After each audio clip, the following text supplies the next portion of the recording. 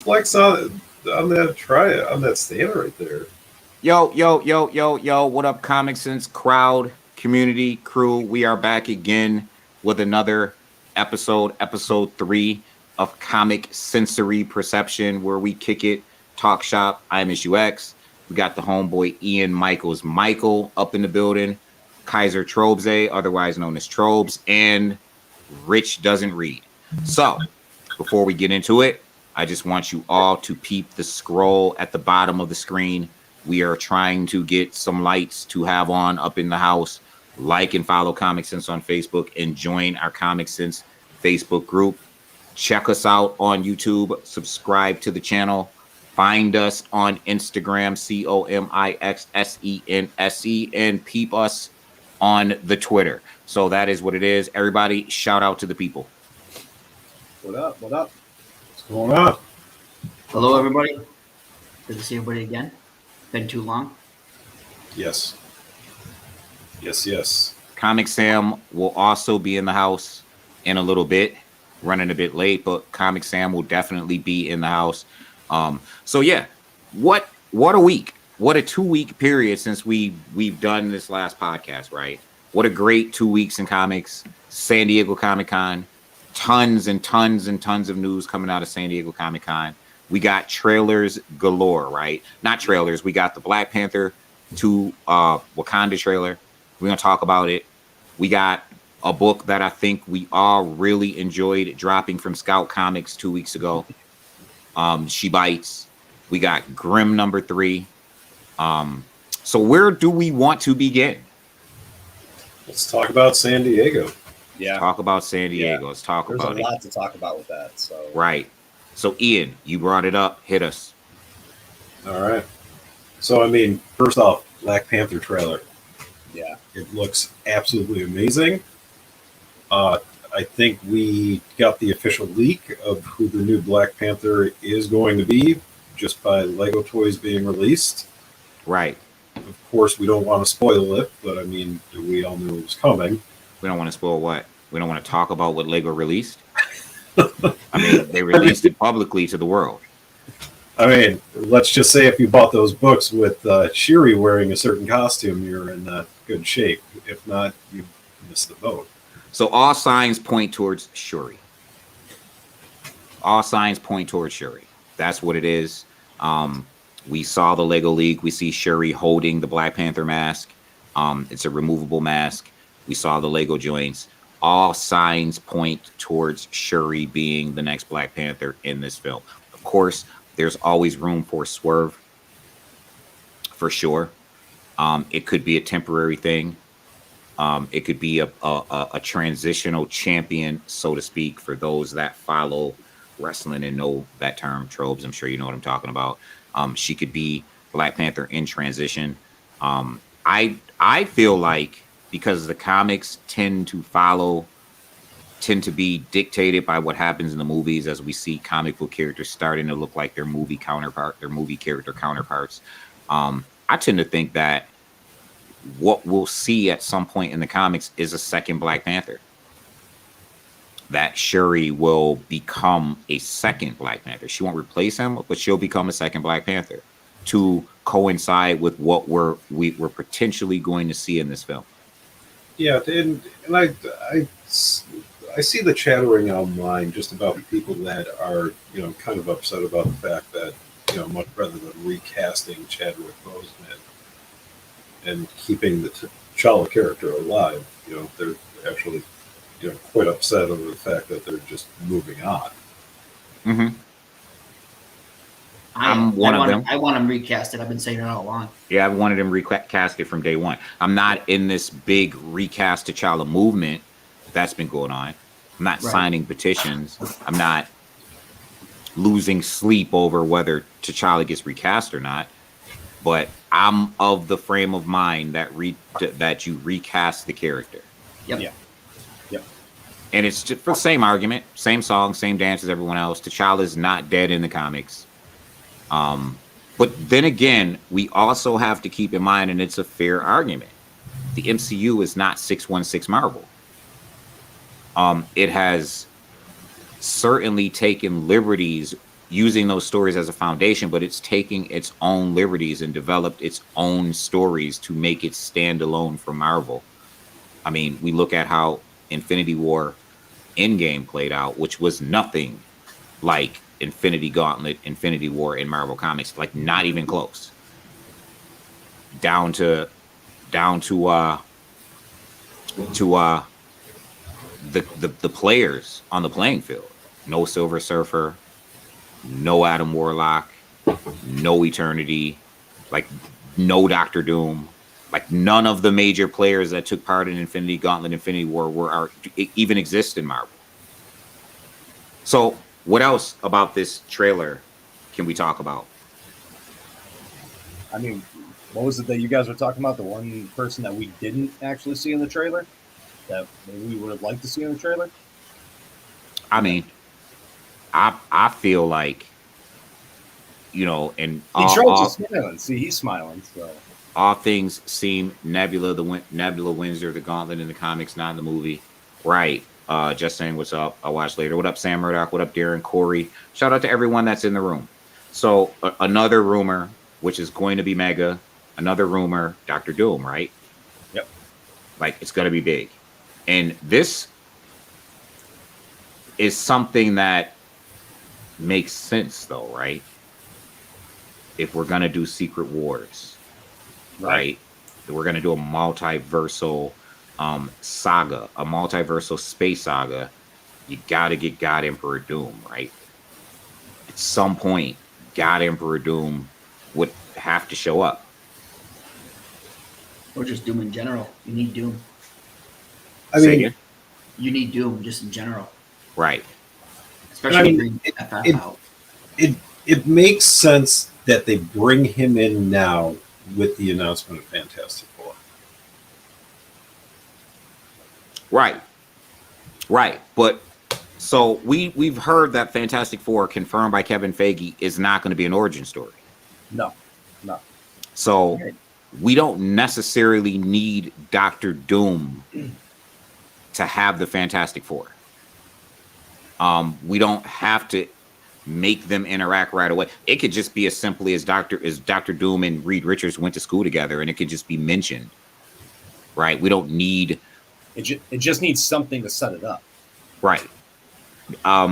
Nobody wants to see it. Shout out to Diageo Mallard, Darren Tucci, everyone that's in the room. So here's the thing. I don't want to see a Fantastic Four origin story. I don't want to see Fantastic Four needing to be joined at the hip with Doctor Doom. Doctor Doom has done so much in the Marvel comics without Fantastic Four's involvement that it's just not. Yeah, we can make mention of it. We can say, "Hey, Doctor Doom and Reed Richards have a relationship," but Doctor Doom and Kang have a relationship, right? Like Kang, Doctor Doom is believed to be somehow related to Kang. It's been hinted at multiple times throughout Marvel's history. So anyway, that's my thoughts on it. I think we'll get a Doctor Doom in this movie. The rumors are that we're going to get Doctor Doom. So those are my thoughts on it. Anybody else? Because I want to talk about the elephant in the room about this movie. Okay. Yeah. So elephant in the room, right? People were up in arms about Latin Namor, right? And this whole concept that Namor was somehow going to be of Aztec descent, right? And we saw Namor in the movie. We see glimpses of Atlantis in this movie, right? We saw when Marvel put out the merchandising tweet for the movie, they hashtagged Atlantis. What are people up in arms for? Like, he's from Atlantis. He's the king of Atlantis. I saw a bunch of blue-skinned people. Last I checked, historically, Aztec people weren't blue. Talk to James Cameron. But the Atlanteans are blue. So I personally think, until we see the movie, I think that this alarm and people being up in arms is unfounded. I think there's nothing pointing towards, yes, some of the symbology on Namor's outfit seems to be South American for sure, but Namor's half human, right? His father was human. So let's talk about the fact that they kept the wings. what's that? They kept They the what? kept the wings. Yeah, those wings look whack. I think it's awesome. Like they look like they're attached to his boots though, rather than attached to his feet. That was my hurdle. They look like they were attached to his boots rather than his feet because the wings are his mutant power. Like that's Namor's mutant power, that he has winged feet. That's legitimately his mutant power. His winged feet. Which I just find that so funny. I think it's awesome. We know. Well, I mean, the movie's going to introduce how many different people, right? We don't just have Namor. We got what they're speculating on Doom, or what they're saying Doom. Talking Riri. I mean, you're talking a bunch of people that they're going to bring in for this movie. we saw the potential for Azari in the trailer, son of T'Challa. Yep. As you mentioned, Riri Williams, for those who are listening, who is Ironheart. Yep. I've heard rumors, and I try to stay away from all the spoilers as best I can, but unfortunately, Ish is my friend. But I did read one that they were talking about, and I just lost my train of thought who it was because I made that joke about Ish. But there was talk of bringing in. Shoot, I just lost it because I made fun of you. It'll come back to me. But there was another talk of bringing another major character in that movie as well. So we'll see if they're bringing in all these different people. But I mean, even the acting though, like we were talking about in the backish, the acting in the trailer, you couldn't get more intense than that. Listen, we're going to talk about that because that needs to be talked about. We're going to get into that. I want to address Corey James. I want to kick it about his comic. Corey says rumors saying he might get his powers from being an avatar of one of his gods and possibly not a mutant. And that's interesting, right? Because the Namoran comics was immensely powerful due to his Atlantean blood, and yet he was still a mutant because of the wings on his feet. I wonder, now that Corey mentions that, because he doesn't appear to have wings attached to his feet, but attached to the shoes that he's wearing. I wonder if that could be the case. It's very interesting. To touch on what Trobes said, listen, Trobes and I were having a conversation, and we were talking about how there's some giants in the acting world in these Marvel movies. Michael Douglas, Lawrence Fishburne, right? People who really have acting jobs. I'm not talking about your Chris Evans and your Chris Hemsworths, not hating on them, but I'm talking about people who have done have bodies of work and have displayed some crazy acting ability. Yeah, and they don't, and I don't even think they really let him shine. To be honest with you, I thought the acting, right, with the ego. I mean, right. You got a good, I mean, it was just like, really, that's it. But you got Kurt Russell, and he really wasn't. Yeah, I mean, ego was fun and all for what it was, but you didn't let him. You didn't have Tombstone Kurt Russell sitting there. You right. You tell him I'm coming, and you know what's coming with me. I mean, you didn't get any of that. Right. You didn't get Gladiator Kurt Russell. So who? Gladiator? What are you talking about? You mean Russell Crowe? You're thinking Russell Crowe. I'll be right back. Change it to Rich doesn't watch Rich movies. Doesn't read, everybody. Rich does not read. So, yeah. I remember, by the way, I remember what I was saying before. Even though they've denied it over and over again, there's, again, rumors that Killmonger comes back. Right. So, and I love that myself. Yeah. Is that the same rumor where is it like in a dream type bit where he comes back? Can you turn your mic up a little bit, Rich? How about now? Yep. That's better. There you go. Rich, I really, all I read was that he might come back in again. I'm not the big fan of knowing what the plot and everything is going into the movie. So I kind of saw it and I just, okay, and I moved on. It was on Twitter somewhere, but Yeah, there's a big leak about the plot and about some of the things that take place. First of all, this is a no-brainer. If you understand the comic lore, as important as Doctor Doom is to Fantastic Four, he's equally as important to the tripartite power that is Atlantis, Wakanda, Latveria. Those three nations have been at odds since their individual and respective inception. They've just been at odds with each other. Wakanda, Atlantis, Doctor Doom, Latveria, Wakanda, Latveria, Atlantis. They are intertwined and interconnected with each other on a geopolitical level, unlike the rest of the world. Which is very interesting because I wonder if Krakoa at some point will play a role into that as well.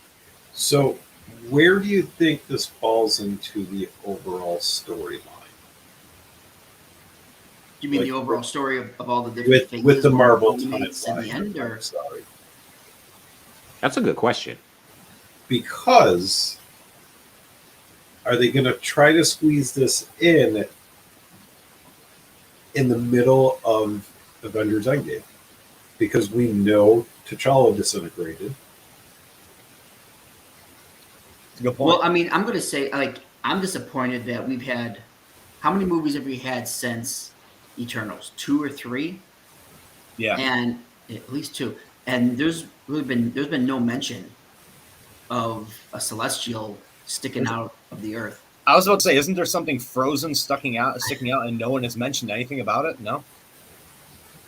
So I hope Well- we get someone at least touch on it. Well, what's interesting is what Ian just said. That's really interesting.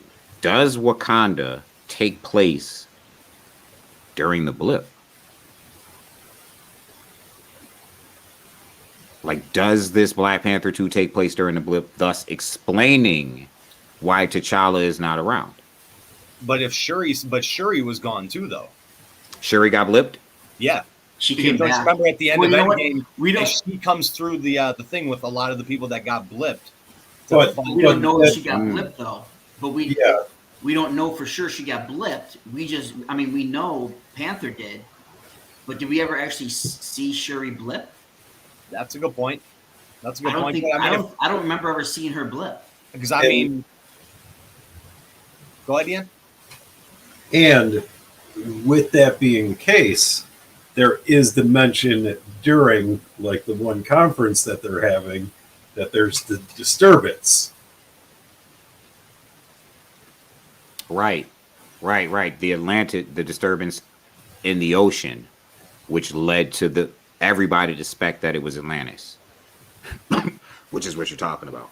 Yeah. Which is interesting where Atlantis is positioned, according to that map, right? Closer to Africa than to South America, according to that map, which is very interesting to note. But yeah, man, that Black Panther #2 movie, first of all, the trailer was fire.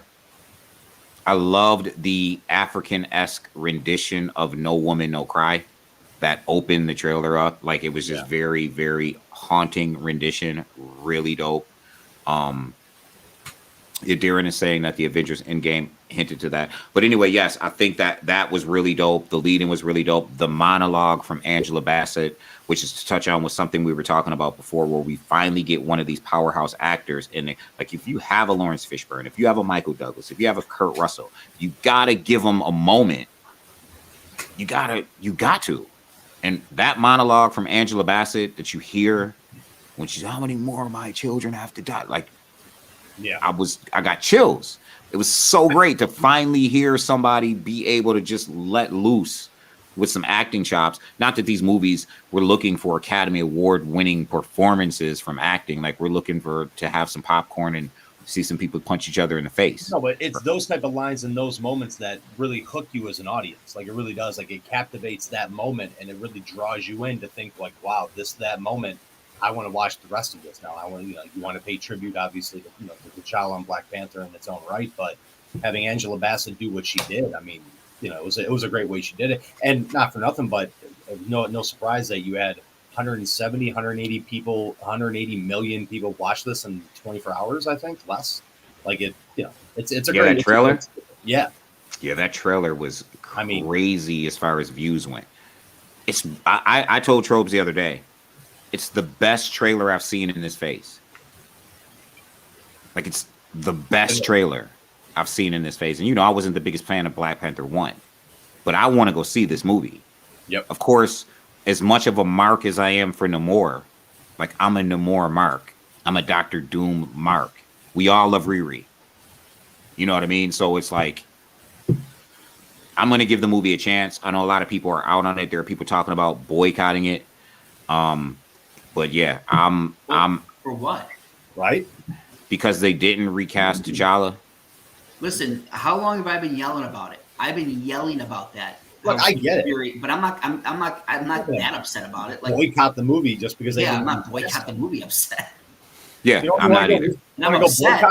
go boycott the new Shazam movie. Don't boycott That trailer looked good. Yeah, I'm just I'm was really in- fun. the other. I'm Speaking in on of trailers. They keep taking it down every time it gets posted, but the trailer for Quantumania, I don't know if you've read the dialogue I read a little bit with between Kang and Ant-Man. and Scott. Yeah. All I know is I want so much more. Is that the one where majors. is that the one where he asks him if he's an Avenger? Yeah, something like that. Yeah. Yeah, Like, and he tells him, "Yeah, I am," and he was like, "Oh, I've killed your kind before." did I kill you? Yeah, did I kill you? But before? apparently, It was so real. what Feige Good stuff. said is the different Kangs and the different way that Majors plays each Kang. Mhm. Like, He's all. Did you see Lee Majors? He is bulked up. He is massive because he's playing in the new Creed movie. So he's supposed to be a fighter. So he's put on like 30 pounds of muscle. no, I didn't see that. Who's that? Not Lee May. Well, John. he's always been muscular. No, but he's put on like 20, 30 pounds of muscle because he is going to be fighting Adondas Creed in Now I gotta the look it Creed up. movie. And his name is Jonathan Majors. Jonathan Majors, not Lee Majors. Yeah, man, you doing some stuff here with these celebrity names, bruh. Like, you're doing some stuff. man. Anywho, moving past the fact that I can't keep actors straight. That's You don't Holy read cow, the he's right. credits? Ish, he's right, man. What's that? He's ripped. He got jacked. I'm telling you. Oh my goodness. Is All right, that- let's check him out. I'm just saying. Yeah, What look it are- up. Just I think Google- that's the photo with him and Michael B. Jordan on the set of Creed, and I'll send you the link. he's definitely put on some muscle. Ish. The link's in the chat.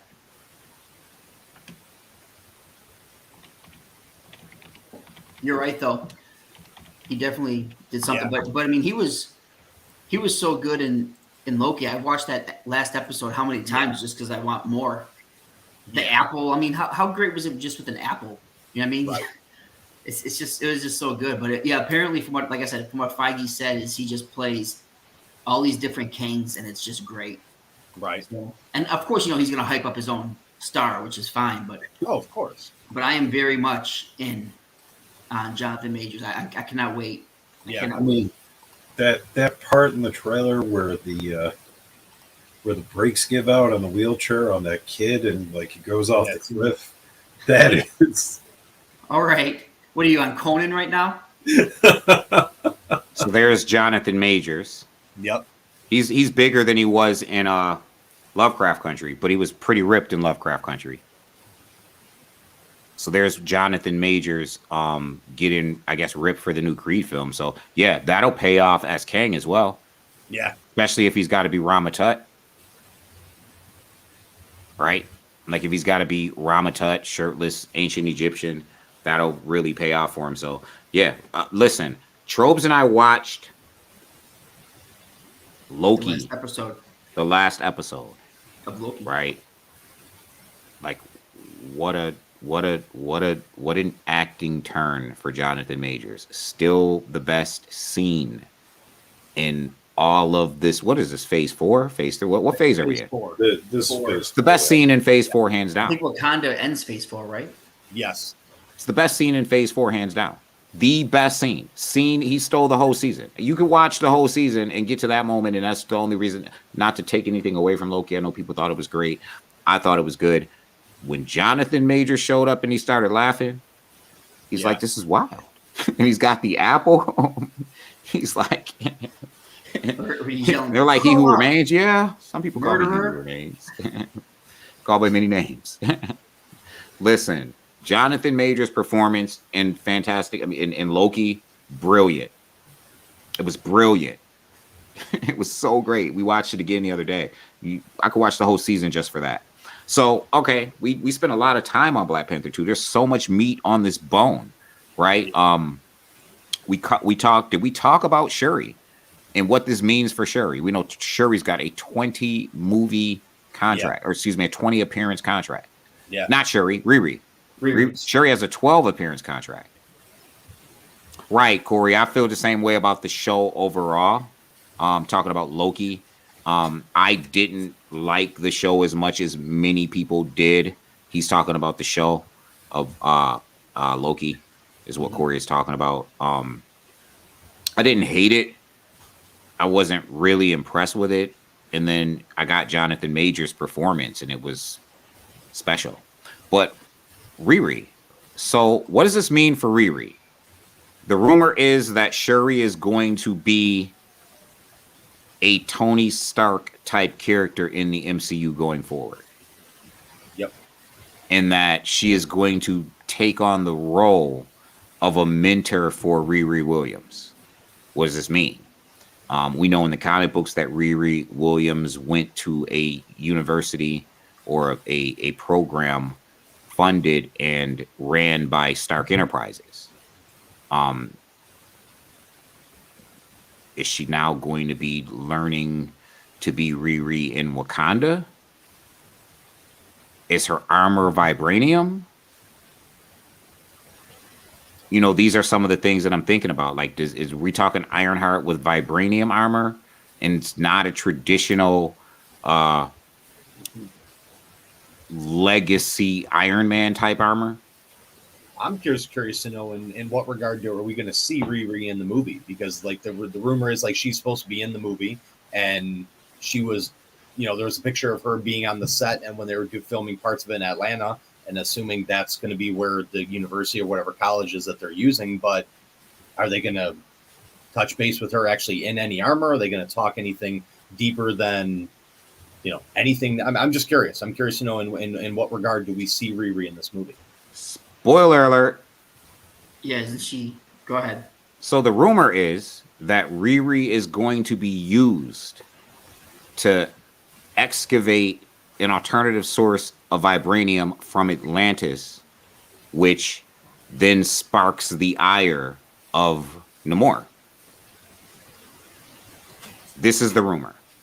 That's how Riri, that's her position in this film, that because she's brilliant, because she's a genius, because she created this armor, she has a secret financial backer. You all can kind of guess who that secret financial backer may be. These are the rumors, and that Riri is going to be used to, infiltrate Atlantis in search of an alternative form of vibranium on behalf of her financial backer, which pisses Namor off. And he comes for Riri. Darren asked who the backer is, and I'm going to say Darren. Who do you think the backer would be? Who would, what dictator, benevolent, albeit benevolent, because he is a benevolent dictator, but what dictator would be looking for an alternative source of vibranium and have the brains, I like that, and the funding to help Riri Williams, or I like that second one better than the first one. The rumor is it's Dr. Doom. Yep. Rumor. The rumor is Dr. Doom is going to be revealed to be the mysterious backer behind Riri Williams, and that Riri Williams is, she's got to be a young teenager, but is being used to. This is a rumor. It's far-fetched in the sense that Riri Williams is pretty young, but then again, Riri Williams is pretty young when she created her prototype Mark I armor. You've seen the armor, right? I've seen two different armors. So I threw it in the chat, the Funko Pops that they've basically released, all of them, and you can see her armor. I don't see your comment. It's in. Well, I'm not in the Facebook chat. I'm in the private chat. Oh, okay. Let me check it out. It's the second link. But yeah, they kind of showed off her armor a bit. Yeah, it really looks prototype. We're gonna pop that up on the screen. Definitely looks like some prototype. It's ugly. Mm-hmm. I don't like it. It's not good. We're gonna pop that up. Here we go. Can y'all see that? Ah. Yeah, it's not good. Definitely not. Shoot her in the head. Yeah, There's no protection in her head. Yeah, that's really bad. What was she getting ready to drill some holes? Was she got a nail gun? I mean, we don't get to see what the helmet looks like either. Right. Jesus. So, Wakanda upgrades her armor, sparking Doom's ire. Well, from what the rumor has it, Namor comes for Riri, and Wakanda has her back, so to speak. But this is rumor. This is all rumor. This is all speculation. So, yeah, that is the Riri prototype armor. Let's see what else we can see here really quick. This is the first look at the official Funko Pop vinyl figure of Dominique Thorne's Ironheart, showing off the character's Mark I armor that will debut in Black Panther Wakanda Forever. Do we get any more pictures? Oh, we got Namor. Yeah, there's a few of them in there. We get Namor. We get Shuri. They're not revealing anything in the Funko Pop. Shuri. Atuma.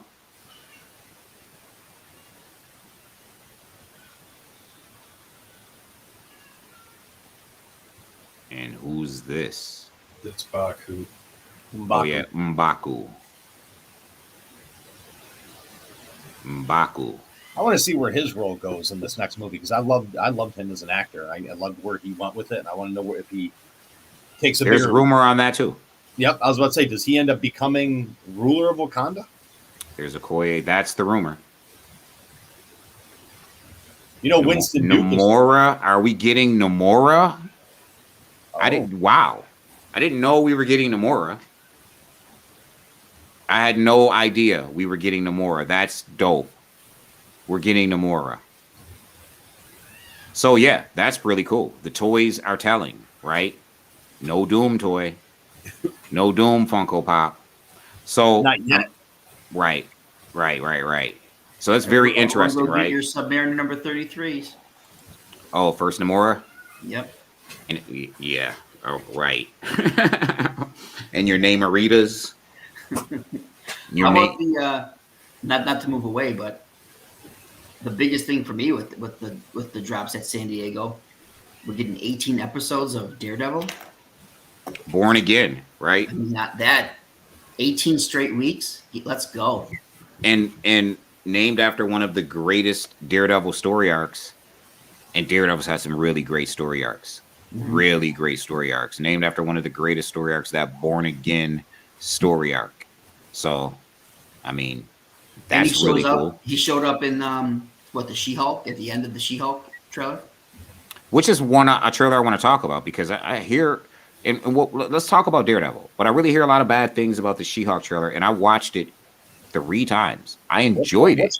What's wrong with it? I don't understand. People are saying something about her CGI. I don't understand. It looks better than the first time, so I don't understand what the problem is. Like, I thought they cleaned it up real nice. And we get that really enjoyed it. Yeah, and then of course at the very end of it, you get that little tidbit of Daredevil in the yellow costume. Like I thought it was a great trailer. I thought the chemistry. Say again. They break the fourth wall in it. She does. That head turn was dope. Yep. Like, it was really dope. It was so well timed. I love the chemistry between She-Hulk and Hulk. Yep. I think the banter between the two. I think the comic relief between the two of them is great. And also, I totally forgot Yamil Jablonski is back in this. I forgot that she's representing him. Never say actor's name again, please. It's Emil. Emil Blonsky. It's like Yamil Jablonski. What are we doing here? Like, what are we doing here, man? Rich, what are we? You just do this for the rest of the show? Is this your thing? Yamil Jablonski. What just happened? Yamil Jablonski. Is Brad Pitt gonna end up being Brett Pitt? Brad Britt. I love Rich. Yamil. He said Yamil. His name is Emil Blonsky, otherwise known as the Abomination. Was really dope seeing him. I like Jamila Jamil in Titanium Woman's role, or Titania. I like seeing Jamila Jamil. I like Jamila Jamil in The Good Place. So it's good to see her show up in another television series. I really like Tatiana Maslany as She-Hulk. I think it's going to be a great show. I mean, honestly, the way that they tease it is like they're going to have a guest spot like each week. Right, Like because she defends, she's an attorney for supervillains. So, I mean, who else are we going to see? The Wrecking Crew has been confirmed, which that's dope. We're going to see the Wrecker, Absorbing Man. Like, that's really dope. Pile Driver or Bulldozer. We're going to get to see the Wrecking Crew. Supposedly we only get to see him for one episode, but that's still dope. That brings them into that universe. I mean, the Wrecking Crew can either be dweebs that, you know, are jobbers, so to speak, or if you recall some of the old Avengers story, I mean, they showed up to Avengers Mansion and they beat Hercules to death.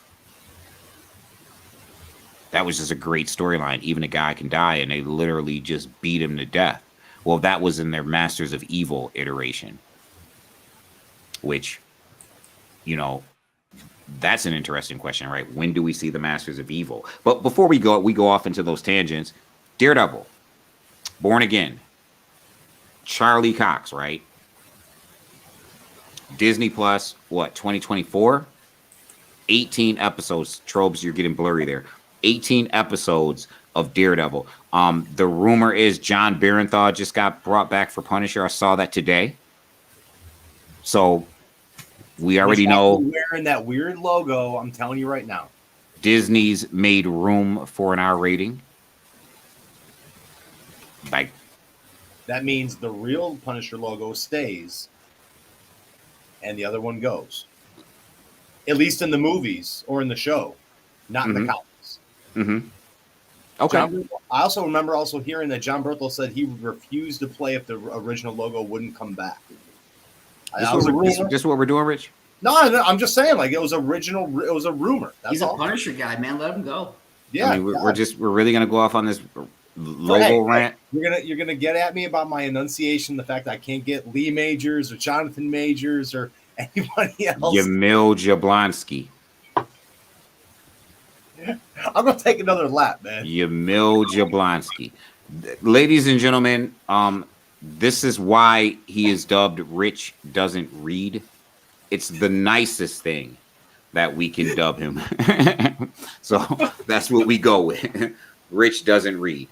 But yeah, Rich. PG, that's why. Okay, so yeah, man, what else came out of San Diego that we like? What don't we like? So, I mean, we've been sticking to Marvel. Someone's already brought it up. We got a Black Adam trailer. We got a Shazam trailer. What up, Jason Robinson? Let's give credit where credit is due. People hate that Shazam trailer. I think it looks awesome. I just like the rocks one. Look good. So, I didn't like the original Shazam. I didn't like Stay Puft Marshmallow anything ever since Marvel did Stay Puft Marshmallow Hawk. I felt like that suit was Stay Puft Marshmallow Shazam. But from the opening moment of the trailer, when he's like, we already got a hero with a red suit and a lightning bolt. And they show the Flash, and, you know, they start showing you like all the cool heroes like Aquaman, and, you know, he seems to be talking to a therapist, and it's actually his elementary school teacher. And it's like, it's really dope. Who's the villain? Do we have any idea? No. That's what's still up in the air for me. But right now, just what I've seen, like who could it be, is really, really dope. Yeah, who could the villain be? It could really be up. It's really up in the air. I'm asking you, like, I'm asking you guys, because, you know, obviously, because you guys know more about, you know, the evil, you know, the villains when it comes to DC, and who would be his villain in this? I mean, I'm at a loss. I wish Comicsam was here to throw something out there. He's definitely a big DC guy who could throw out some suggestions. Could it, Darren, could do it be, you have any idea? could it be Black Adam not as a villain role, but not as a good guy role, and that's what he's going up against? I don't know. It'd Darren be said interesting. Darren said ISIS. Could we possibly? Well, ISIS is going to be in Black Adam film. Could we possibly get a Black Adam tie-in? Right? I mean, there's even Henry Cavill rumors about But Henry The Rock has Cavill said putting the multiple suit times. back on. Yeah, The Rock has said multiple times that there is a chance that him and Henry Cavill would be in a Shazam movie, all three of them together. Whether that's true or not, I mean, that's just him saying that he would be down for it, whether that would actually happen. Right. Shazam does look better than the first movie. It does look really good. The Black Adam film looks good. I love the treasure trove of characters that we're going to get from Black Adam with Hawkman, Dr. Fate, some of the other members of the Justice Society. Helen Mirren plays the villain in Shazam. Okay. Who is she playing? Isn't she Daughters of Atlantis or something like that? That's interesting. We're gonna see if IMDb gives us any sort of clue. Yeah, let's find out who Helen Mirren is playing in Shazam. What else do we like from San Diego? Because there's tons of stuff we can talk about. What's up? If I'm probably mispronouncing it, so you can make fun of me like Rich, but Hespera. I also want to talk about the Acolyte. Yes, I want to talk about the Acolyte. So happy that that thing is dropping. I want to talk about. Say again. So basically, I'll shoot it in the feed again, but yeah, it's basically the daughters of Atlantis are the ones who are the baddies. We're being challenged. We've already addressed a couple elephants. Jason Robinson. We've already addressed a couple elephants. Shout out to Jason Robinson, by the way. Love that avatar. We have definitely addressed a couple elephants, but Okay, Check the chat, Ish. we'll Say address again? the elephant. All Check right, the chat. Ian, why do you like Hawkeye so much? I don't know. I started watching it the other day again. Of course you did. Was he up in his perch? No. No, he was jumping off of a bridge. Because he ran out of arrows. Suction cup arrow. Like he sent her back to go, like he said, cover me, and he went back and he got the suction cup arrow. we're going to share the screen and we're going to look at what we're going to answer our question. Who are Shazam's two villains and why do they want to kill him? So we have Lucy Liu, right? Okay.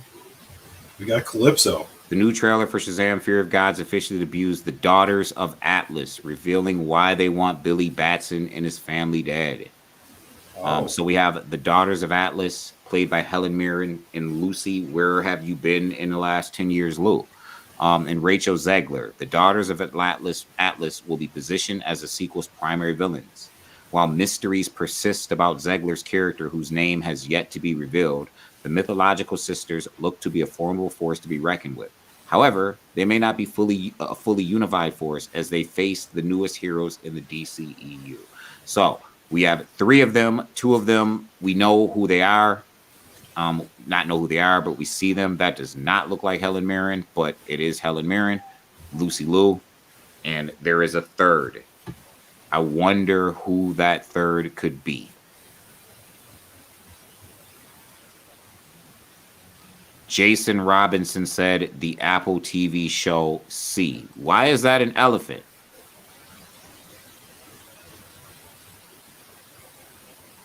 What? The Apple TV show C. I'll check it out. Y'all keep it moving. I'm gonna do some research on C. So I mean, we also got the trailer for Paper Girls. Yeah, we're gonna get to it. We didn't get the trailer. We got the whole first season. It dropped today. The entire first season dropped today, and episode 1 is fire. I think Sorry. It's really good though. Are you going to spoil it for us? Yes. I've watched episode 1. It's fire. If you read Paper Girls, if you haven't read Paper Girls, this is a compelling TV show. It is very much it sticks to the script. These 4 girls as an ensemble cast, so great. Like, they can act.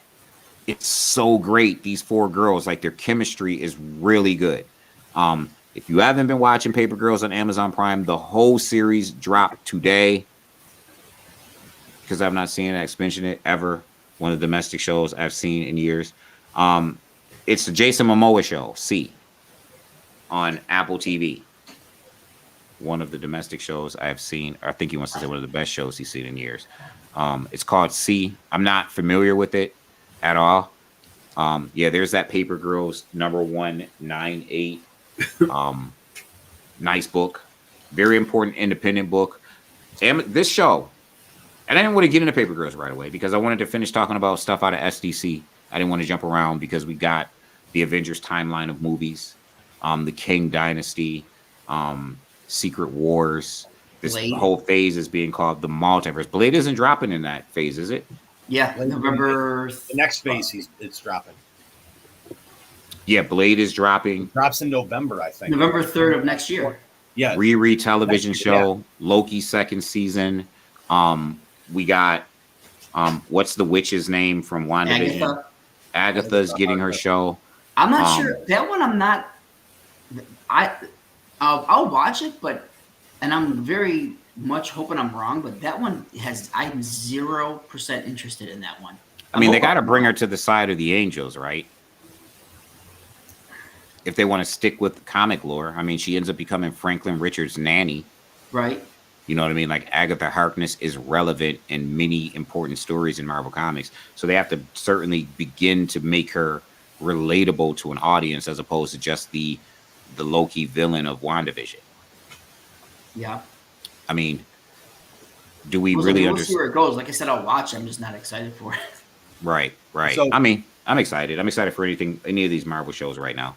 So this is everything for Phase 5. So you got Quantumania, Secret Invasion, Guardians of the Galaxy, Echo, The Marvels, Ironheart, Loki, Blade, Agatha, Captain America, and Daredevil.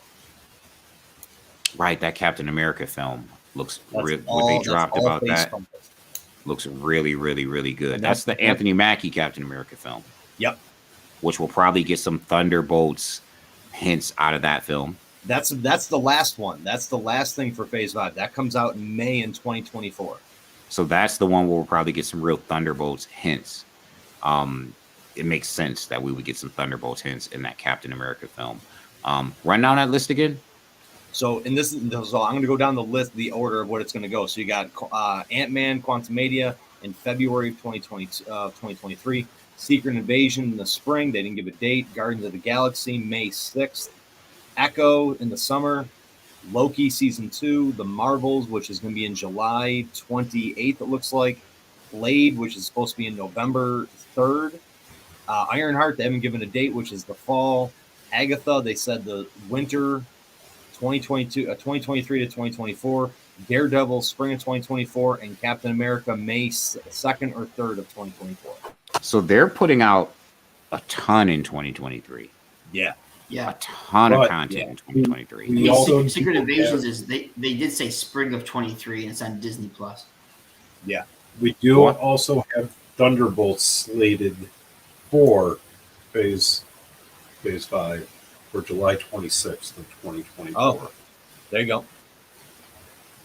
Right. I think that Captain America movie will lead into the Thunderbolts movie. I think the Captain America movie will lead into the Thunderbolts movie. Yeah, you guys take the floor really quick. I'll be right back. Just got to re-up on the coffee. Yeah, you got to re-up that iced coffee-ish. I get it. So, because we are talking about Phase 5, what are the big books? Because we're going to talk comic books. We're not just going to talk movies. Are we talking books that you can still afford, that are affordable keys? Or are we talking books that are just big books in general that you should, if you don't have your SOL, and if you do have, good for you? I mean, which ones are we talking? I think from a speculation standpoint, what books are going to be the books to get in at a low price and cash out high before the movie comes out. Well, I mean, I don't really know what you'd be able to pull out, to be honest with you. You got Riri's not a low book. Black Panther 5. I don't think any of them are, to be honest. Yeah, none of them are really a low book. No. I mean, I don't know what Submariner 33 is going for. I looked. I looked what it is. Around $45-50 for like around mid-grade copy. For a Submariner 33? Yeah. So, but yeah, there's but there's other books. But if you go down the list of everything that's supposed to come out, I mean, if you look at Echo, the Marvels, you know what? The Marvels could be something still affordable because the Marvels books, that could be something maybe more affordable. But the Echo, members of Thunderbolt, depending, not the one was What Incredible Hulk is it that introduces the Thunderbolts? That's not the first appearance. I mean the individual membership. Oh, okay. Like when you're at my house and you were looking at those books I had a stack of. Yep. That's because he was a key member. I got you. Of Thunderbolts. Right. So I mean that, and I got those for like what, $4 or $5.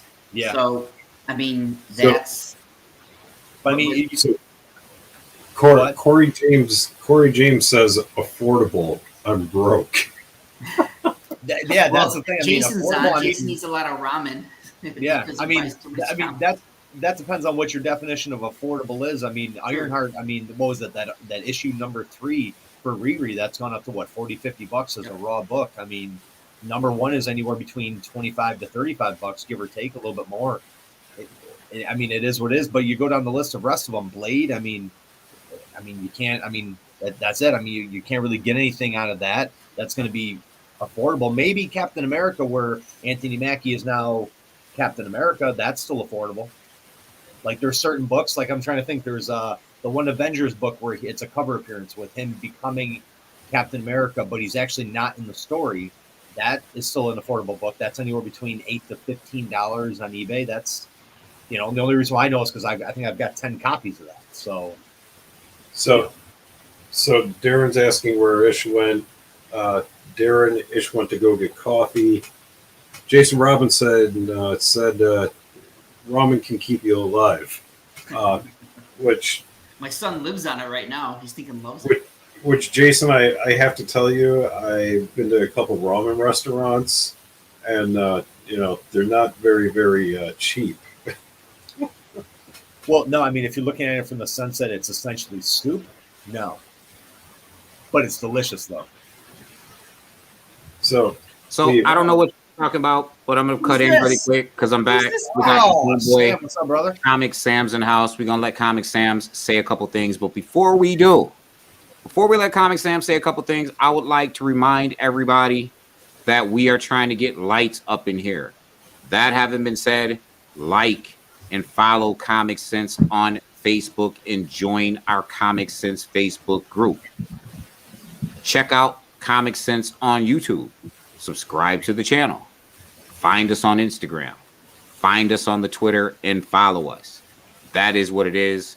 Shout out to comiXsam. Glad to have you in the house as always. Say what you need to say. I think it's happy birthday is what I say. So anyway, you have some other things that you need to say. I don't care. That's the elephant in the room that Jason talked about. The elephant, it's his birthday. You have some other things that you need to say? No, that's why I'm here. I'm gonna drop off after this. But you can't afford to drop off. It's a long way down for you. It's a long way down for you, bro. What have we discussed? Just give me a well, a we quick talked about recap. We talked about Yamil Jablonski, otherwise known as the Denomination. Mm-hmm. You're not gonna let me live that down. The gamma irradiated Yamil Jablonski. Is that how it was presented? By Rich doesn't read. Fairness, he's like, what about Yamil Jablonski? I love it. This is in my the defense, content I'm here for. in Like my and defense, subscribe, folks. That's why we're Okay, here. just go ahead, just speed past that. So, Sam, what we need to know is who could be the villain in Shazam. Go ahead, go. We know who the villain is. We just read it. In Shazam, We know. No. The Daughters of Atlas. Who's the third? The third daughter? Yeah. Right. They haven't disclosed her role yet. So, Sam, we were talking about stuff that came out of SDC. We really kind of talked about that Black Panther trailer, some of the potentials. We talked about all of the rumors tied into it. Is the best trailer Marvel has ever dropped. Yeah, y'all all heard me say it's the best trailer of this phase. Yep. Period. I think it's the best trailer they've dropped ever. Now, will the movie match? I don't know. Oh, I don't know, man. I I wanna agree with you, but I keep thinking about that Civil War trailer. No, well, yeah, but that was only good because of Spidey dropping in. In my opinion. But that was really dope. That was a big Oh deal. no, I agree. It was dope, and it was, but that was dope because of a shock, like an awe.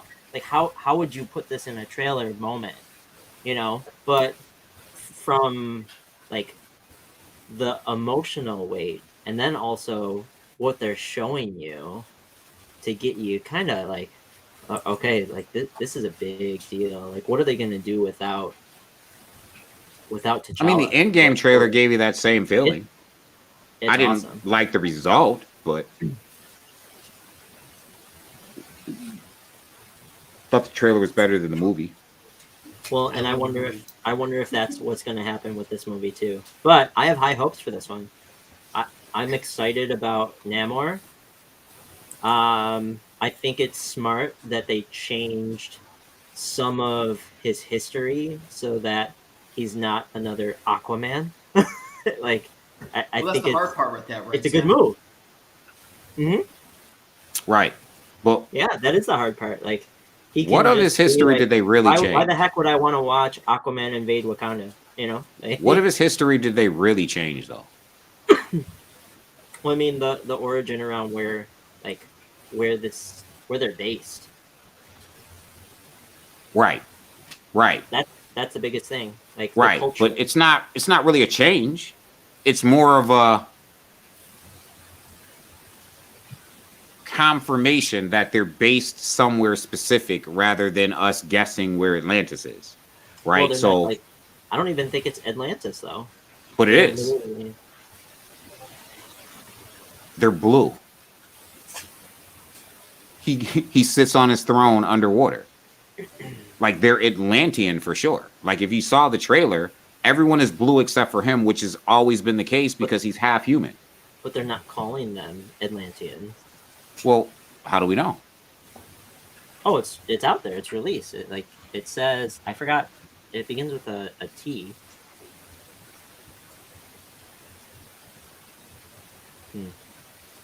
I don't know the name of it. Tenochtitlans, like, yeah,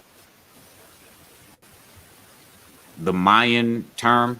Tenochtitlan. Yeah, Corey's got it.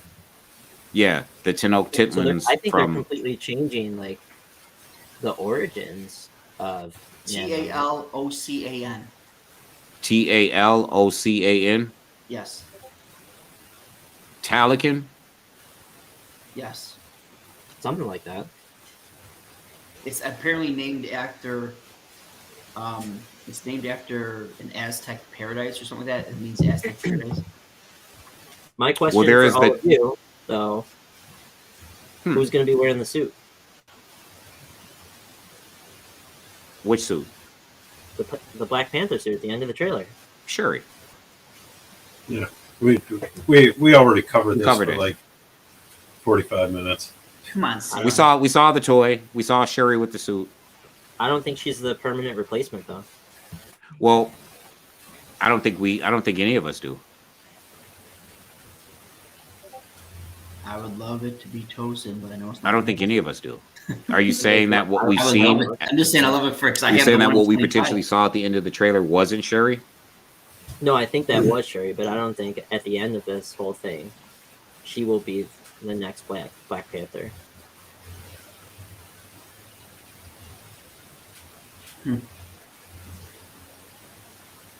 I mean, you probably know if you remember the lore, but they did Namor dirty and see Black Panther did Namor dirty in Secret Wars, like really dirty. Like tried to worked with him. For those who doesn't know the Secret Wars story, when they created when the Illuminati decided that they had to do what they had to do to stop these other multiverses from colliding into each other, Black Panther, Namor, and I can't remember the third character, went on a very dangerous mission into another reality to work together. And at the end, after they resolved what they had to resolve, Black Panther tried to kill Namor. Like, he left him for all of that because they cannot get over the malice that they have towards each other, and he straight did Namor dirty, which caused Namor to come back and join what we now know as the Cabal, the opposition to the Illuminati, which the Illuminati is also essential to Secret War. I think that's one of the reasons why we saw them in the Multiverse of Madness, even though it was a throwaway thing, like an Easter egg. A lot of these things start to make sense when you think about Secret War and what's the necessary ingredients. Even though we know that the Marvel movies don't always follow the comics to the letter, there's a lot of ingredients here in Secret Wars. Your Illuminati, they matter. Your Cabal matters. Dr. Doom matters. Dr. Doom really matters. Doctor Strange really matters when it comes to Secret War. We will see Dr. Doom.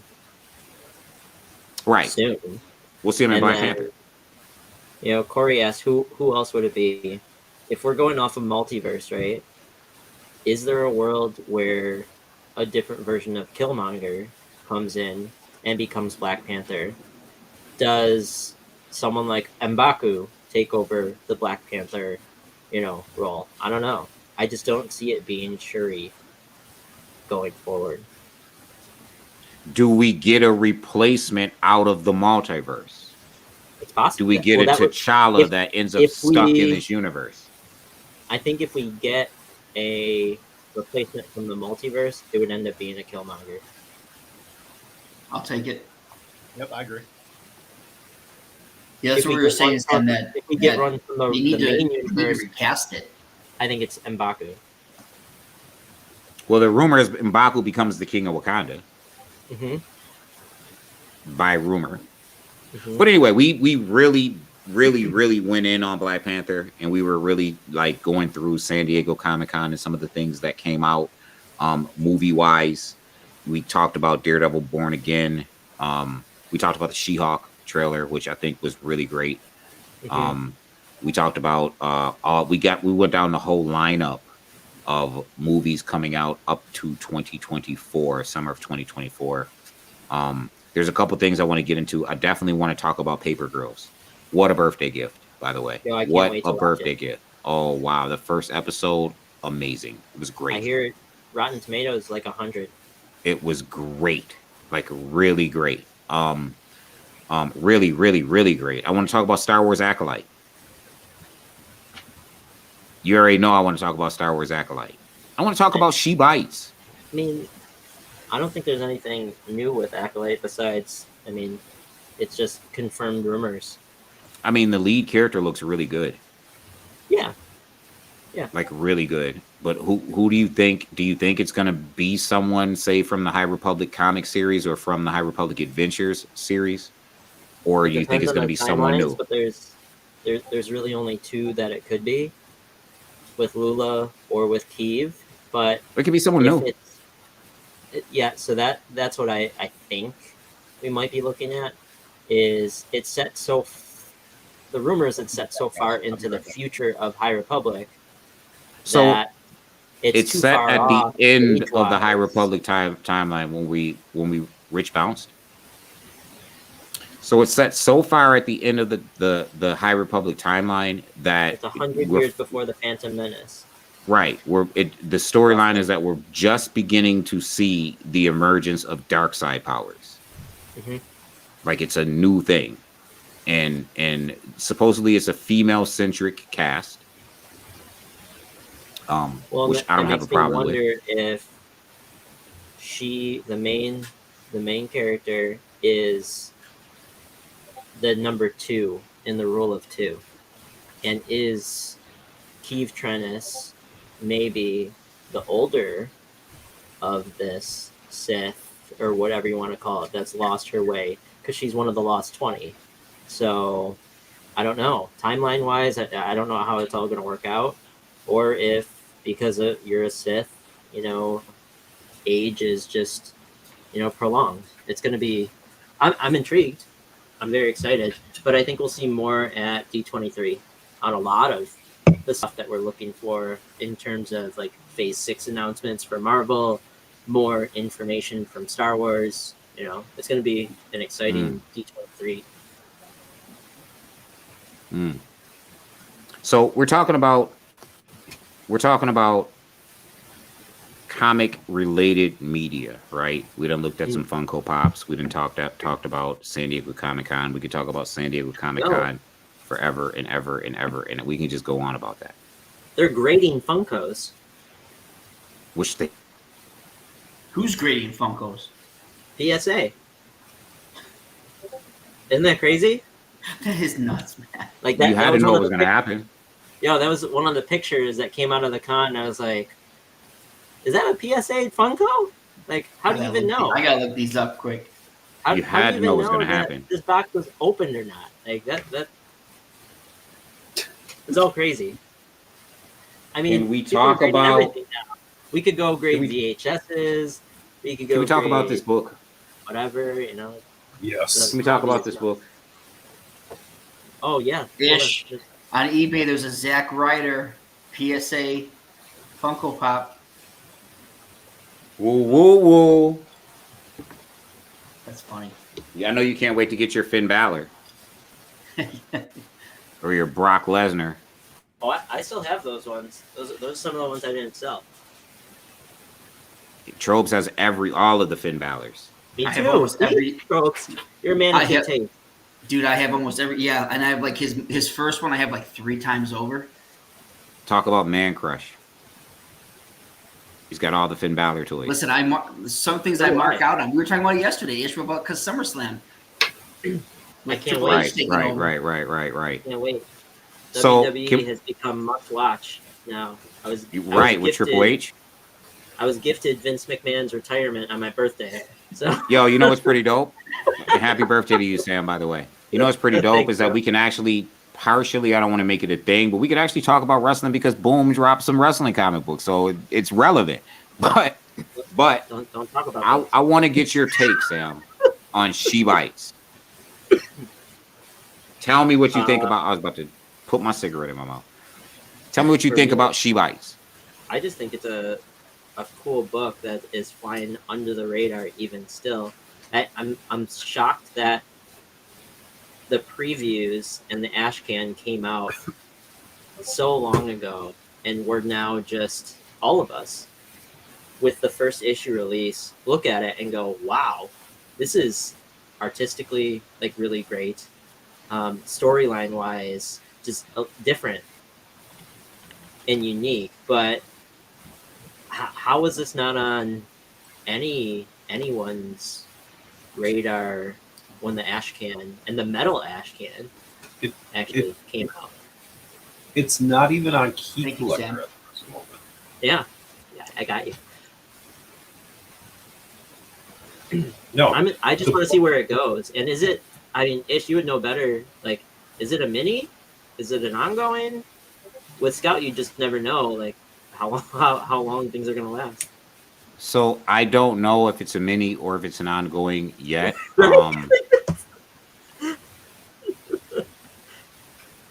However, I mean, for me, I'm in it for just a fun ride. That's how I feel about most Scout books. They all get optioned.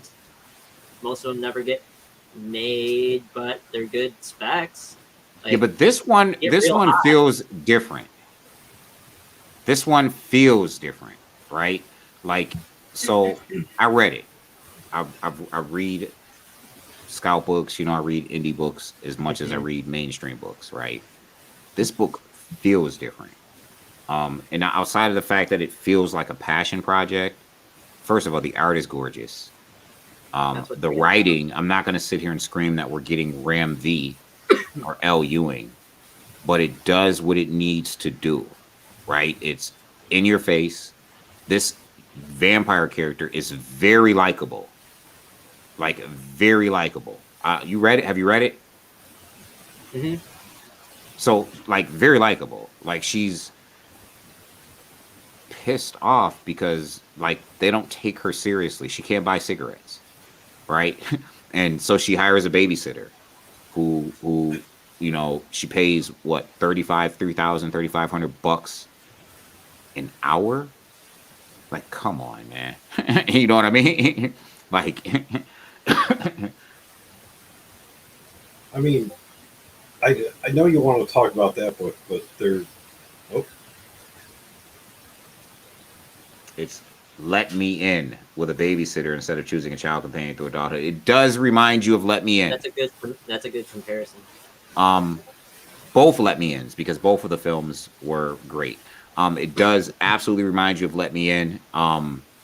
Yeah, it really is in the vein of Let Me In. This girl certainly has a different attitude than the vampire in Let Me In, but I'm anxious to see where it goes. I don't know if we're gonna get, if this is a mini series. I know that this won an award, right? It won a contest to be published into a book for Scout.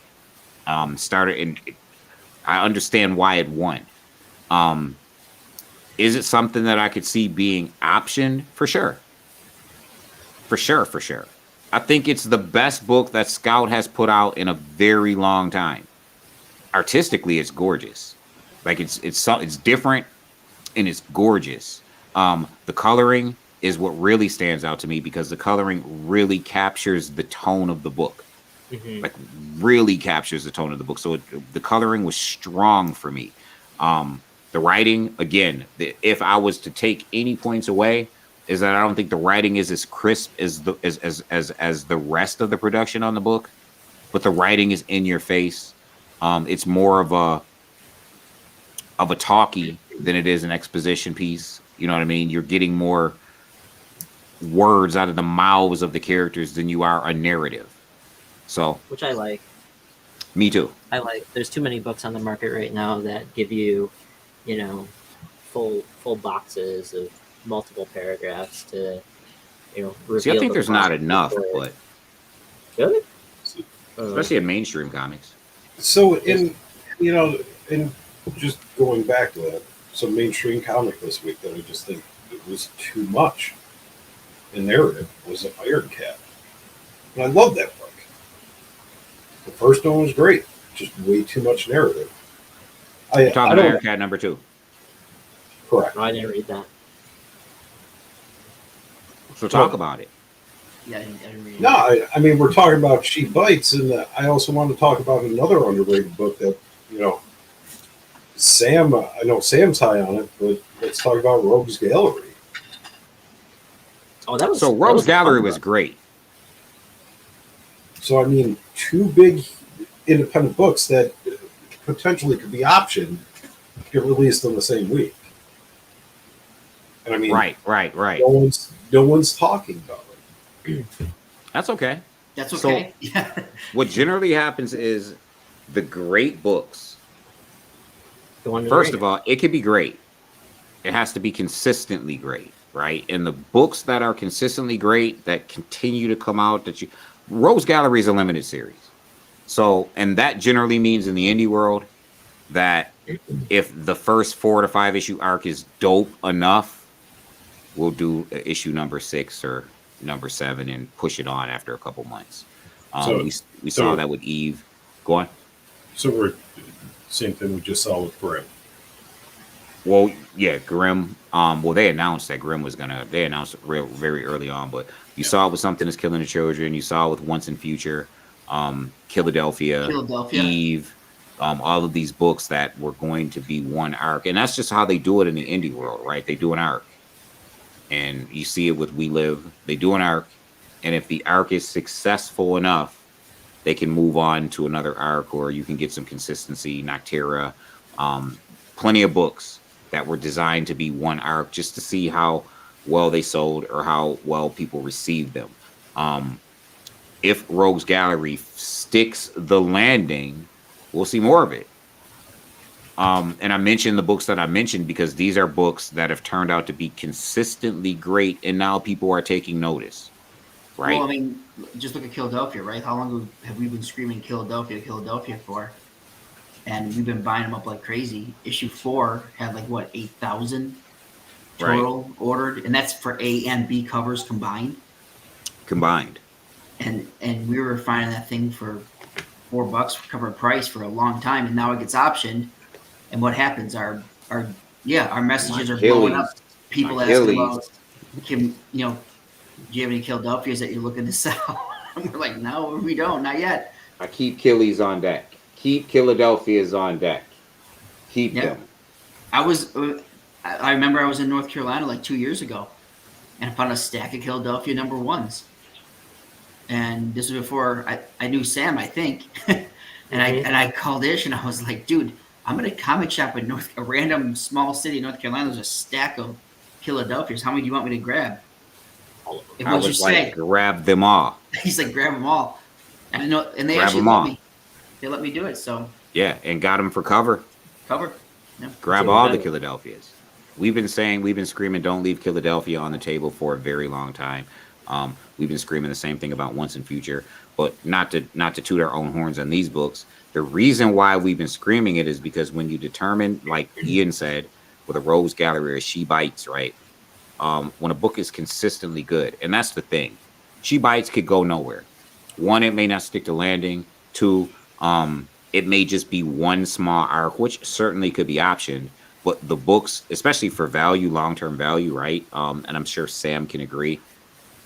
Those books that are consistently good, even if they're not purchased in high demand, right? Even if people aren't, they're not selling 75,000 copies when you talk about indie books every month, right? Like a Monstrous, a Once and Future, a Philadelphia. The next Philadelphia is Grimm.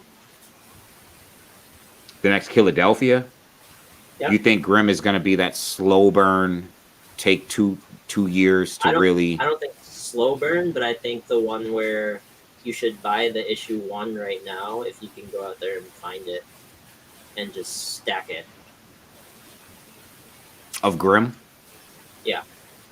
I haven't seen any issue 1s anywhere out in the wild anyways. Right. Really? No, they're gone. And I'd buy whatever copies I could find of the book. Yeah, you just don't see issue number 1 sitting on the rack anymore. Mm-mm. I mean, there's shops that have marked up Grimm, like every issue that's come in. But I mean, the lowest print run is number 2. Right. So, I'm looking at Grimm 1 right now on eBay, and it's like a $13, $14 book. Yeah. So I've never seen it. The later issues also, like Grimm 2 and 3 right now, like those are books you should be stacking. They're chock full. Grimm 2 is going to be the hard one. Grimm number 2 is going to be the hard one. The story's getting better with each issue, which is nice to see. Like that's where I think it's Philadelphia-esque in that the story's actually progressing and getting better. But the difference between Grimm and Philadelphia is that number 1 of Philadelphia was heavily ordered, and then 2 through 6 were not. Yeah. Whereas with Grimm, there was a drop off in number 2, and then a crazy increase in number 3. One of the biggest increases. I'm sorry, I was just reading Jason's comment. One of the biggest increases in indie comics, in recent indie comics time, like that drop off from number 1 and number 2, and then the increase. Almost as many copies of number 1 were ordered as number 3. No, excuse me, number 3 were ordered as number 1, which is why I said 2 is going to be the hard one. And I know because I've sold across 3 issues, 4 prints. I've sold over 1,000 copies of Grimm, and I ordered the least amount of number 2 first print. I've ordered 300 plus copies of number 1 and number 3. Only 125 of number 2 first print. Now, mind you, I've ordered every print, which is why I said over 1,000. I've ordered every print of number 1. 100 copies of number 2 second print. Same with number 3. Like you know what I mean? So I've sold over 1,000 copies of Grimm. It's our number 1 selling book. The other book that would have been the next Philadelphia, but it got optioned almost immediately, was 8 Billion Genies. Because number one sat at cover. Variants were cheap as hell until that option hit. And when you read 2 and 3, man, this book is good. It's good. It's fun. It's Superheroes. completely different. And number 2 was very low printed, and there was an error, right? And number 3 still low on the orders. So Yeah. that's And then that variant is going to be the hard one to get. I don't have them. I don't have 2s.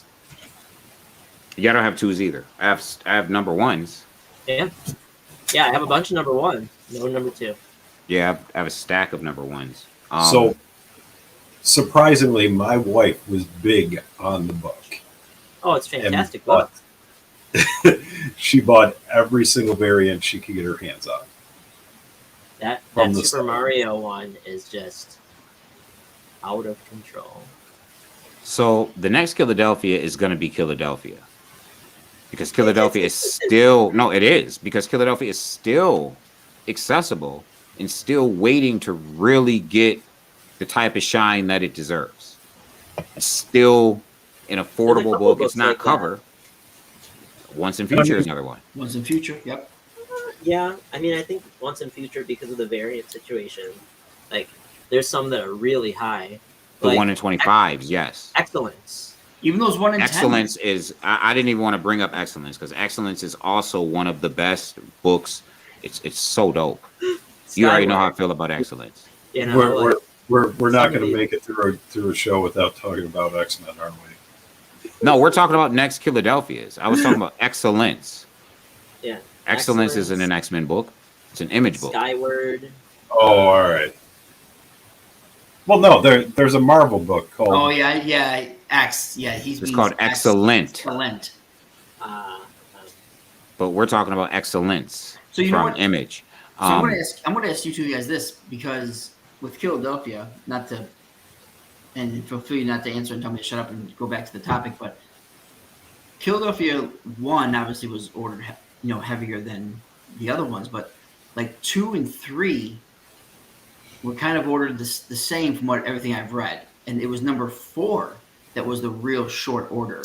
No, number 2, it was a drop off at number 2. No, there was a drop off, but 2 and 3 though are a few thousand more than number 4. Yeah, but when you say a few thousand more, there's less than 15,000 combined of 2 and 3. Right, but I'm saying, but my question is going to be, why is like 4, because even 5 has a real is lower than 2 and 3, so it usually is like, because you and I spoke about before, that usually 2 is the lowest, right?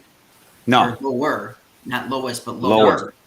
So why is 4 and 5 lower than 2 on that book? Usually, so because what generally happens is, and that's just the process.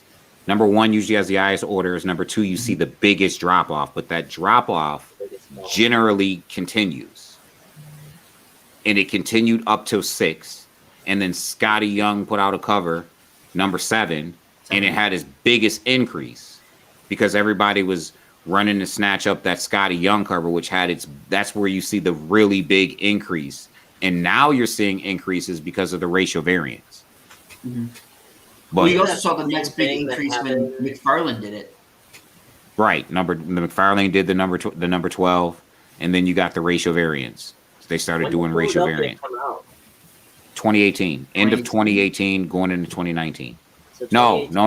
It came out the same year Thor number 1 did, so it would be 2020 going into 2021.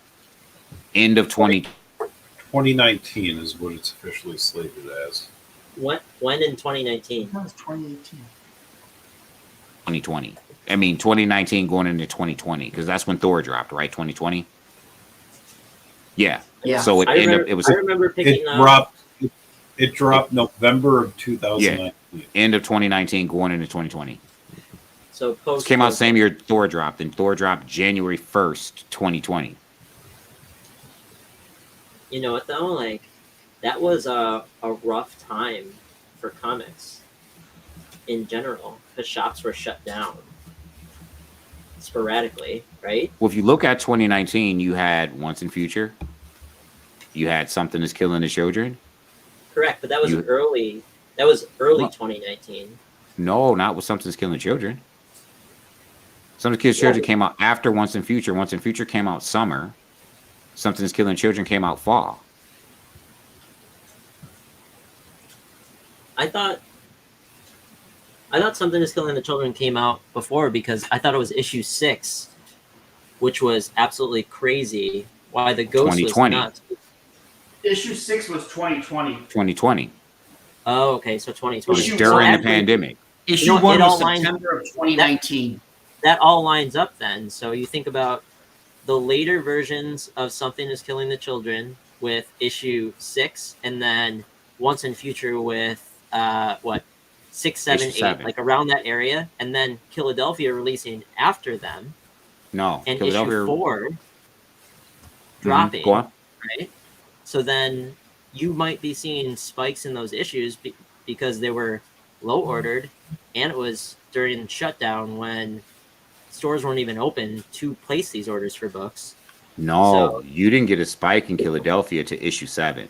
Issue 6 is like No, I'm the not most talking about a spike. I'm expensive talking one. about a drop off, Oh which yeah. makes 4 so much more valuable. Issue 6 is the which valuable one. makes some of the other ones. The for something J. Scott selling Campbell over. cover of issue 6 is the one. Well, It's that's like a because $60 book yeah, that's because because the of print art. run is so low. Well, the print run is low too. Was really low.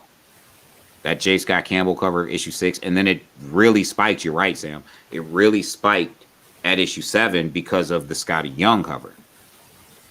That people increased orders, and they were really ordering that Scotty Young cover. Then it dropped back down, and not dropped back down. It was the rest of the run was ordered higher than the previous 6 issues, 5 issues. That's why that second print of number 1 people like. The market likes the second print of number 1. Even the local comic shop day, right? And then the number 1, the 1 in 25s, and there's so many number 1s besides the main cover that are really tough. And have always been really tough. Out the gate though, like week 1, the higher the exclusives and the ratio variants on number 1 were insane. Were priced $80-$90 and have never dropped for Philadelphia number 1. But there are some others, right? That we can look at. One of the ones that me and Sam just always talk about is Monstrous. Still largely an affordable book. The problem with Monstrous is, and it's not even a problem, when the numbers come out on that thing, you don't see stacks of Monstrous in comic shops anywhere. You see it. You don't see stacks. I don't imagine that any comic shop is ordering 15 to 20 issues of a given issue of Monstrous. When that thing goes, and they're almost 50 issues in now, Sam? They're in the 40s. When that thing goes, this it's week, going to be too late. It's going to be too late when Monstrous finally goes. And it's going to go. It's one of the most consistently great comics out, period. I'm glad I was able to get my number 1 second print finally, because Sam, you didn't get yours yet. no, that book is hard to find. All right, I'm going to let you take over for just a minute, Comic Sam. I'm going to let you take the issue X place, and the 3 of y'all vibe. I will be right back. I'm trying to find. But before I go, I will be right back, people. You are watching ComiXsensory Perception. I need you to like and follow ComiXsense on Facebook and join our ComiXsense Facebook group. Check us out on YouTube. Subscribe to the channel. Find us on Instagram and on the Twitter. Give the video a thumbs up or a thumbs down. Subscribe. Just don't go to the pages and do nothing. So, Sam, since you're on here, let's talk about exclusives that dropped. Oh, let's go. Are you talking about We're going to talk about the that craziness of SDCC? We're going to talk about that book right over my right hand shoulder. Which book? Oh, the book. Well, I mean, Boom dropped about 24 different exclusives at San Diego Comic-Con. And the interesting part, based on people that I've talked to who were at the show, was there were lines. Like, Boom was one of the biggest lines there in terms of comic book exclusives. And they were limiting you one copy per person per day. So it was crazy. They sold out of their Grimm #1 allocation on day one, citing that they oversold it. And then I don't know if it came back at all, according to people at the show. So what happened? The one I just showed, these. The one you just showed. Yep. So on Whatnot, they were going crazy. On eBay, they're going crazy. They're $135 instant sell. They were more than that. They were And the second I bought they were over 250. Correct. And they're still higher than that 130, but I mean, if you list it for that, it's sold in 2 seconds, basically. That's what is happening to the book right now. But they shock dropped it too. Yeah. Without warning.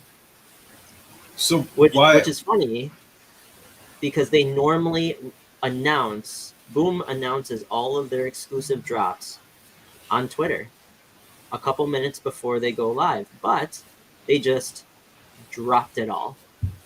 So at the opening of San Diego Comic-Con. How did you get clued into it? Because I received a message. That's how I got clued into it. I received a message that they are live. This book is live. Go get it. Sam, what did my message say? One word. Go. Go. Go. That is it. That is it. And they dropped all of them at that moment. They dropped their Power Rangers exclusives. They dropped the Basilisk #5. They dropped the House of Slaughter and the Something is Killing the Children. Inhya Flea or whoever was doing it. There was a ton of stuff. The only thing they didn't put online that I saw, there was one Power Rangers 21, which is the first appearance that didn't make it up there. And then that Dan Quintana, Something is Killing the Children slaughter packs, where they have the David Mack 1-5 reprint covers, but they have an exclusive Dan Quintana 1, 6, and like 10 or something like that, that never made it online. So it was a bloodbath. They were gone within 5 minutes, something like that. So they had that. So they had that Grimm one at the con, and they were limited to one per person. Yep. And then they oversold day one, and they never came back. And there's no stated print run either. So, and on any of their exclusives, you go to Boom's website to look at their SDCC releases, 0 print run on any of their books. So who knows? Yeah. So the funny thing about all of this is, of course, ComiXsense posted the link, with the just with the instructions to go. Yeah. And within, I caught the link 4 minutes after it got posted, and the book was gone. So I mean, thankfully I have some people that take care of me, because I like to think that I take care of them in return. Well, the funny part about that, Ian, the reason it was able to be being taken care of was I wasn't able, when Sam texted, I wasn't able to have a conversation on it. Like, I was busy. And so all I did was jump on real fast. I threw 2 in the cart and called it a day because I was like, okay, well, I just want to be able to get in there and get out. Ish did the same thing. And he just jumped down there real quick because he knew I couldn't talk to him. And so he threw 2 in there in the cart. We were, just trying to grab one, just to cover. And then it ended up that we're able to take care of other people with him because he texted me and I texted him. I'm like, I already got 2 of them. I'm like, what do you mean you bought 2? So it just kind of worked out that way. So do you I'm think glad you all that ended up getting him. Yeah. do you think that Boom is just going to continue to cold drop these covers on us on the website? No, this is the first time that they've ever done this. They, like I said, they typically announce their exclusives on Twitter every single time. This took a lot of people by surprise, and a couple different communities weren't very happy about it either because, I mean, they've been waiting. This is the one for this So will book. they make more? Will they make more of them available? I mean, so that's the other thing. If you're a part of the Something Right. is Killing the Children Facebook group, and you've seen what they released for SDCC in conjunction with Boom. It's ECGCE in partnership with Boom. They released Slaughter Blind Bundle, right? Which was an incredible deal. It was a first print. Uh, what was it? Not an omnibus, but the volume 1 hardcover of Something is Killing the Children. But the slipcase was a gloss black, so incredibly limited. The Something is Killing the Children 21 ash can, and a mystery book from the run of Something is Killing the Children. Pretty much a rare book is guaranteed in the bag. So when you say, are they going to continue to shock drop, or are they just going to print more on demand? I mean, no one could tell me where these Boom books are coming from. I've seen out of these packs, number 1 fifth prints. Some people have claimed that they pulled 1As. I've heard Ghost. I've heard Ward. Someone pulled Deco out of there. Like those are books that, one, are touted by Ross Ritchie as being the rarest and lowest print runs, and two, they're expensive as hell. So where are they finding these? Is Boom sitting on stacks? Are they printing? I don't know. I mean, If they But plummet my ghost value, I'm gonna be upset. I'm I not mean, even lying about it. I think there's two things in my head as a Something That's Killing the Children like collector.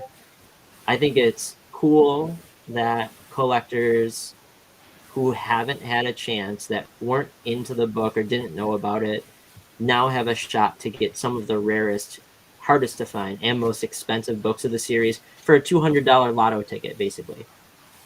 But Yeah, as someone who also paid good money for some of these, I go, well, what the hell?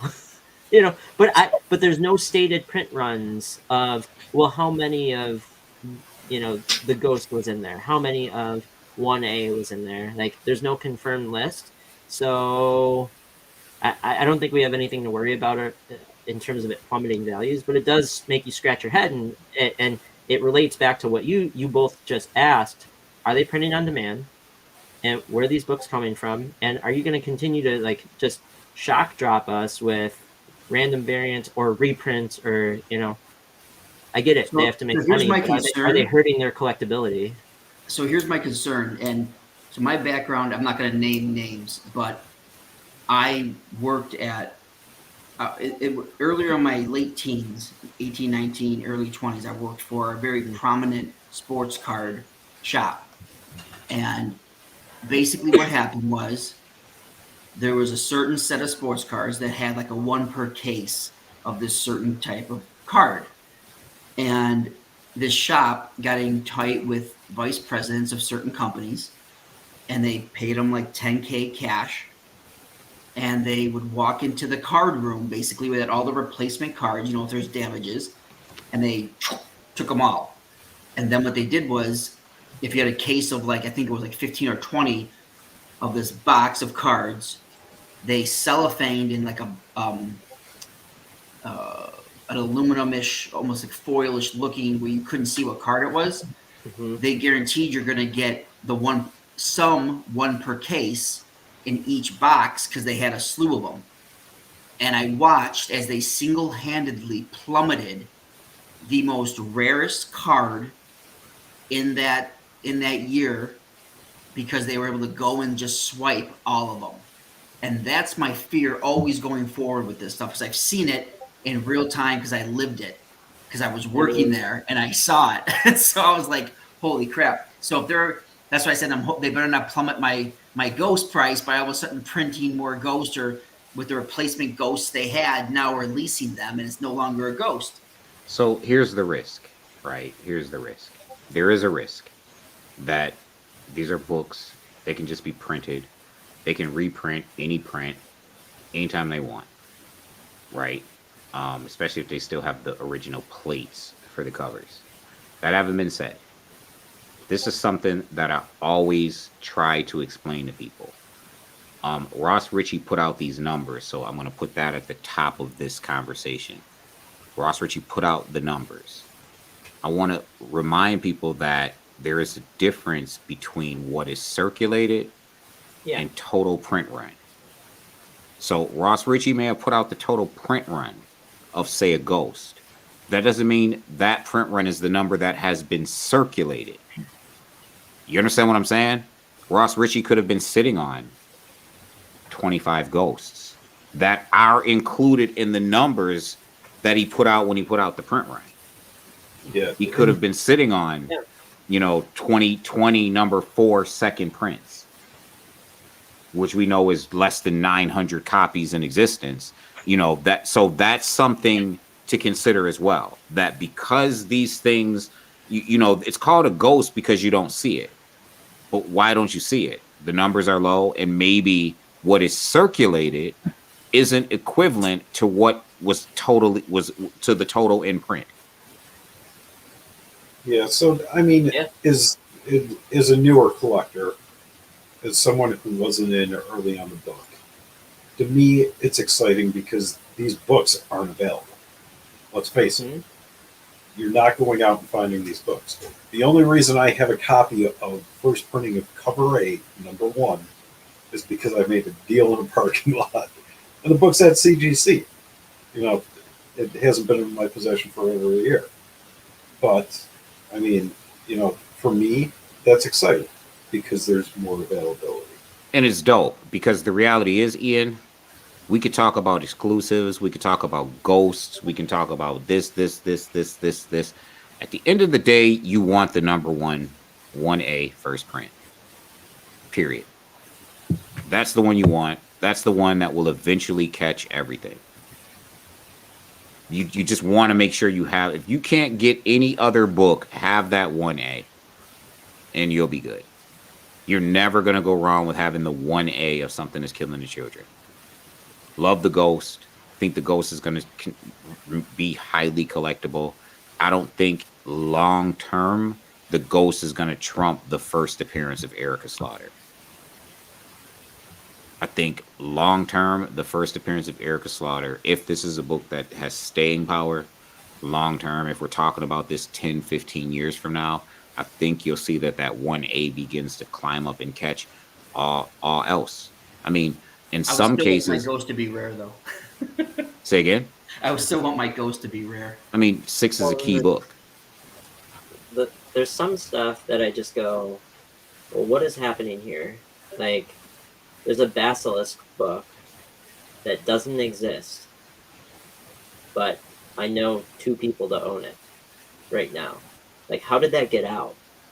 How do these people own it if it was never released, or it's a canceled con edition? How does the Something Is Killing the Children number 1 ALA continue to trickle out in CGC 9.8 SS when they're thought to be There's only like 100 copies. Correct, but I know someone who has 5, got them all from the same guy. Right. Like that's where the questions, and I know I sound like comic book conspiracy theorist, but like the stuff's literally happening. So it does make you question when these mystery packs come out or something like that. Like I said, I think it's fun. Like, I think it's good for newer collectors. But where It's the first Kamala Khan conspiracy, right? Like Where did it come apparently from, someone is sitting on overstock. What was it, a couple years ago, of like 1,000 well, it's like Kamala the Khan first appearances? ultimate Fallout 4 being in Five Below, five packs. It's the rumors of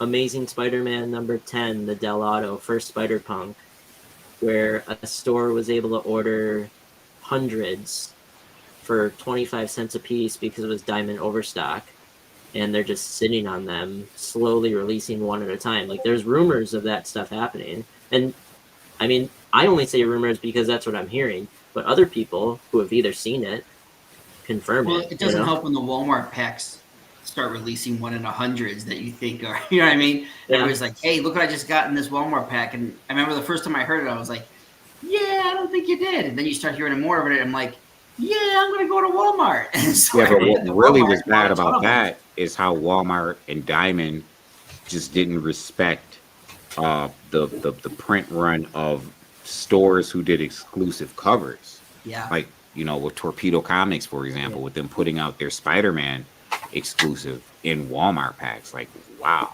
That's crazy. You know what I mean? Like that, like you pay money to get an exclusive cover and to get a print run, and then bam, you find your exclusive cover in a Walmart pack. Ian's holding my book that he got for me. What are you showing us? Yeah, this was a majority of these were found in Walmart packs. Like, that's third weird to print, me, you know? Extremely low print run, but a majority of them came out of Walmart packs. What's like that Ghost Spider #1 second print that was only available in Walmart packs? I mean, I guess I get it, you know, if you print something and then it doesn't sell to expectation, you got to get rid of them somehow. So, but it's just it's an interesting trend that has popped up in the past, you know, 5-ish years of where, I mean, we're seeing it now more than ever, but you know, some of it's been happening for a bit, but now it's becoming more prevalent. So it's just an interesting direction where some things are headed. Yeah. You're talking about, especially when you get, not to knock Boom, shout out to Boom, shout out to Ross Ritchie, when you get I mean, I love Boom Comics still. Yeah, me too.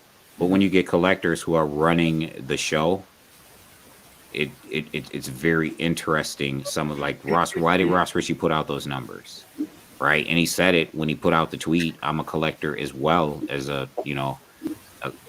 someone who runs a comic book company. You know what I mean? It's like, okay, well, why put out those numbers? What is your motivation for? Well, certainly it's to drive up the aftermarket on a book, which is interesting because we're talking about an indie company, right? Like, Marvel doesn't care about the aftermarket on their books.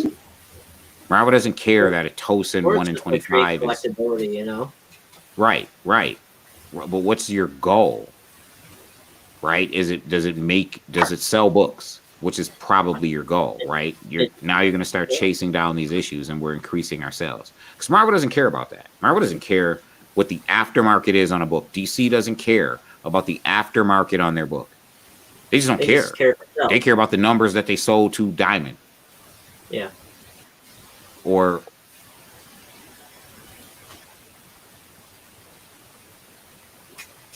he agrees.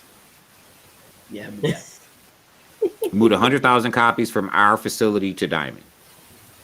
Gone. At whatever they charge Diamond. $1? I don't know.